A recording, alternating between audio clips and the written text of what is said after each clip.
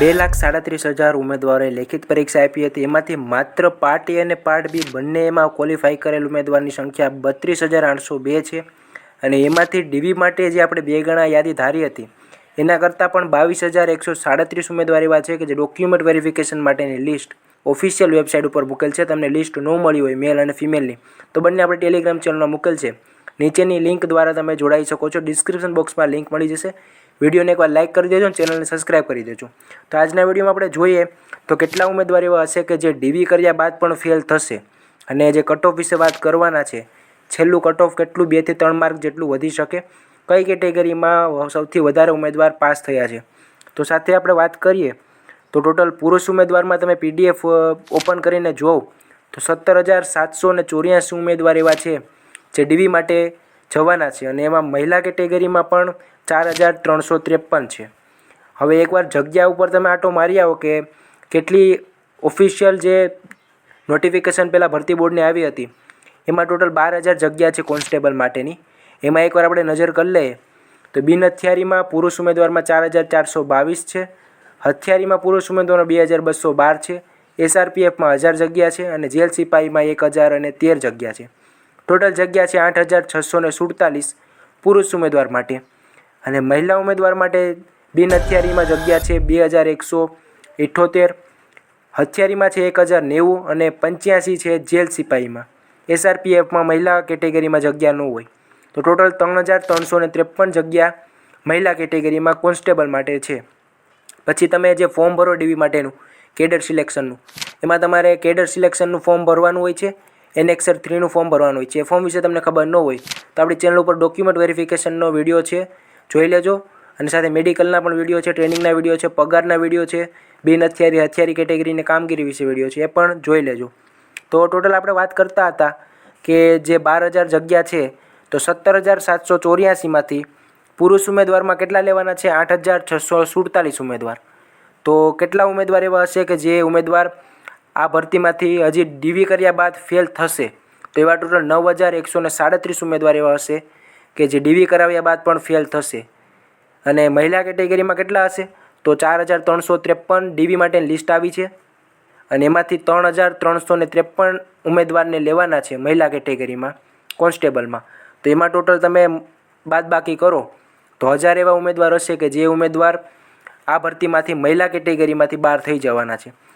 તો ટોટલ આપણે મારી લઈએ તો 9,137 ઉમેદવાર પુરુષ ઉમેદવાર કે જે ડીવી કર્યા બાદ ફેલ થશે અને 1,000 ઉમેદવાર મહિલા કેટેગરીમાં કે જે ડીવી કરાવ્યા બાદ ફેલ થશે. તો ટોટલ 10,164 ટોટલ આ ભરતીમાંથી બહાર થશે, જેમાં માજી સૈનિક 27 પાસ થયા છે. તો ટોટલ 22,164ને ડોક્યુમેન્ટ વેરિફિકેશન માટે બોલાવે, એમાંથી 10,164 ઉમેદવાર બહાર થઈ શકે છે અને ફાઇનલ મેરિટમાં એનું નામ હશે. તો ફાઇનલ મેરિટમાં આપણે માર્ક જોઈએ તો જનરલ કેટેગરીમાં 120.50 છે, EWSમાં પુરુષ ઉમેદવારમાં 94.50 છે, SCBCમાં 109.75 છે. કટ ઓફ થોડુંક અલગ છે આ વખતે SCBCમાં. SC અને ST કેટેગરી કરતાં EWSમાં કટ ઓફ SC કરતાં પણ નીચું છે અને ST કેટેગરીમાં 80.50, પાસિંગ માર્ક કરતાં 0.50 માર્કિંગનું કટ ઓફ માત્ર ST કેટેગરીમાં છે. તો એમાં મોસ્ટ ઓફને પાર્ટ એ અને પાર્ટ બીમાં માર્ક નહીં થતા હોય અને એમાં એટલું બધી ચાન્સ નથી કે કટ ઓફ ફાઇનલ મેરિટમાં ઊંચું જઈ શકે. અને મહિલા કેટેગરીમાં પણ 100ની આજુબાજુ પણ માર્ક નથી જે ડીવી માટેનું કટ ઓફ આવ્યું છે એમાં.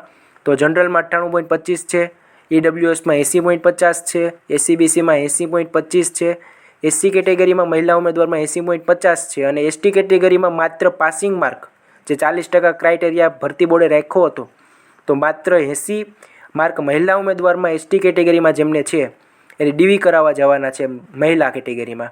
ને એમાંથી ટોટલ 1,000 ઉમેદવાર એવા હશે મહિલા કેટેગરીમાં કે જે ફાઇનલ મેરિટમાંથી બહાર થઈ જશે. તો એવી રીતે હવે જે લોકો OTP આઉટ કરાવવાના હોય અથવા એવું હોય કે PSIનું જે મેરિટ લિસ્ટ બહાર પડી જાય અને એમાં મોસ્ટ ઓફ જે કોમન ઉમેદવાર નીકળે તો એવા ઘણા બધા ઉમેદવાર આમાં લાગી જાય કોન્સ્ટેબલમાં. તો ચાન્સ છે કે જે આપણે વાત કરી માઇનસની એમાં સુધારો થઈ શકે અને એવા ઘણા બધા ઉમેદવાર મળી શકે કે જે OTP આઉટ કરાવવાના છે, CC ગ્રુપ બીમાં લાગી ગયા છે, હાઈકોર્ટમાં લાગી ગયા છે, શિક્ષકની ભરતીમાં લાગી ગયા છે, ઘણી બધી પરીક્ષાઓ આપીને પાસ કર્યા છે અને આમાં પણ સારા માર્ક છે તો OTP આઉટ કરાવી શકે.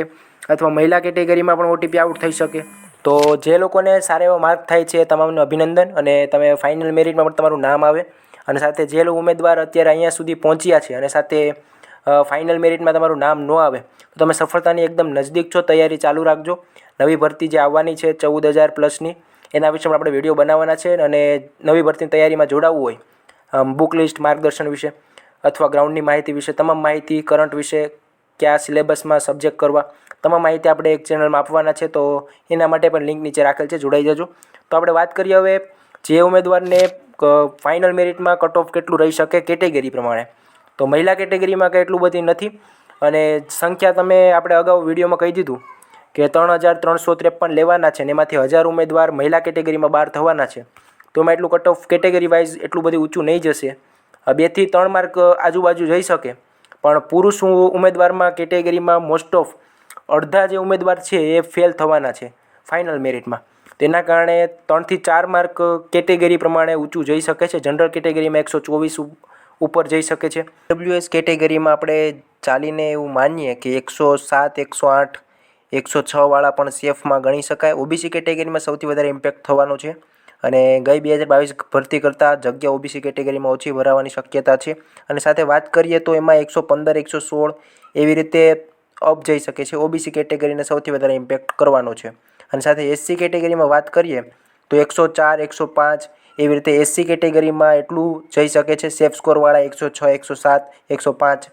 એસટી કેટેગરીમાં 81, 82 એટલું બધી ઇમ્પેક્ટ નથી કરવાનું. એસટી કેટેગરીમાં બધા કહી છે કે જગ્યા ખાલી થઈ શકે છે, જગ્યા ખાલી રહેશે, કારણ કે જે કટ ઓફ ડીવી માટેનું આવ્યું છે એમાં 80.50 છે, અને ફાઇનલમાં આપણે વાત કરીએ તો 82, 83 આજુબાજુ એસટી કેટેગરીમાં જેમને હશે એ પાસ થઈ શકશે. અને મોસ્ટલી જે મહિલા કેટેગરીમાં બહેનોને કોમેન્ટ હતા કે 100 માર્ક થાય છે, 115 માર્ક થાય છે, તો એ તમામને ઓલરેડી બિન હથિયારી જેવી સારી પોસ્ટ મળવાની છે.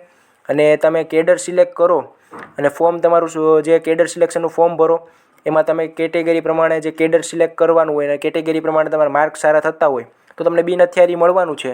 અને કદાચ તમારે માર્ક ઓછા હોય તો છેલ્લે એસઆરપીએફ તો સારી એવી જગ્યા છે, જેલ સિપાહીની જગ્યા છે સારી એવી, તેમાં પણ વારો આવી જશે. તો ચિંતા કરવાની હવે જરૂર નથી. બસ હવે ડીવી લિસ્ટ માટેની જે ટૂંક સમયમાં તમામ જે તારીખ અને બહાર પાડવામાં આવશે, સપ્ટેમ્બર સુધીમાં તમારું ડીવી લિસ્ટ હશે, અને ડિસેમ્બર સુધીમાં એવું હોઈ શકે કે ફાઇનલ જે મેરિટ આવી શકે અને નિમણૂક પત્ર તમને ડિસેમ્બર, જાન્યુઆરી સુધીમાં તમારા હાથમાં આવી જાય. તો એ ઉમેદવાર અત્યારે હાલ જે ખુશ છે અને જે પેંડા વેચવા માટે તૈયાર છે, હવે ટૂંક સમય 1 થી 2 મહિના જેવી વાટ જુઓ એટલે ફાઇનલ મેરિટ જેવું આવે એટલે તમે સારી એવી ખાખીની નોકરી તમને મળી જશે, અને સાથે તમારા પરિવારમાં પણ એવી સરકારી નોકરીવાળો એક સદસ્ય થઈ જશે. તો નેક્સ્ટ કંઈ પણ સબ્જેક્ટ વાઇઝ અથવા કોઈ પણ એવા તમને ક્વેરી હોય તો ઇન્સ્ટાગ્રામ ઉપર મેસેજ કરી દેજો. મળીએના વિડીયોમાં. ત્યાં સુધી આપણી ચેનલ પર બન્યા રહો. સાથે ગ્રાઉન્ડ રિલેટેડ વિડીયો છે ઘણા બધા, મેડિકલ રિલેટેડ વિડીયો છે, અને ડીવી લિસ્ટ માટેની જે આપણે માહિતી આપેલ છે તમામ, એસીબીસી કેટેગરી માટે 1978નો પુરાવો છે, એવા ઘણા બધા વિડીયો તમને ચેનલ પર મળી જશે. તો એકવાર આટો મારી આવજો ચેનલ પર. પગાર વિશે માહિતી આપેલ છે, કેડર સિલેક્શન વિશે માહિતી આપેલ છે. તો મળીએના વિડીયોમાં. ત્યાં સુધી ચેનલ સબસ્ક્રાઈબ કરી આ વિડીયો તમારા મિત્રોને શેર કરજો. જય હિન્દ, જય ભારત.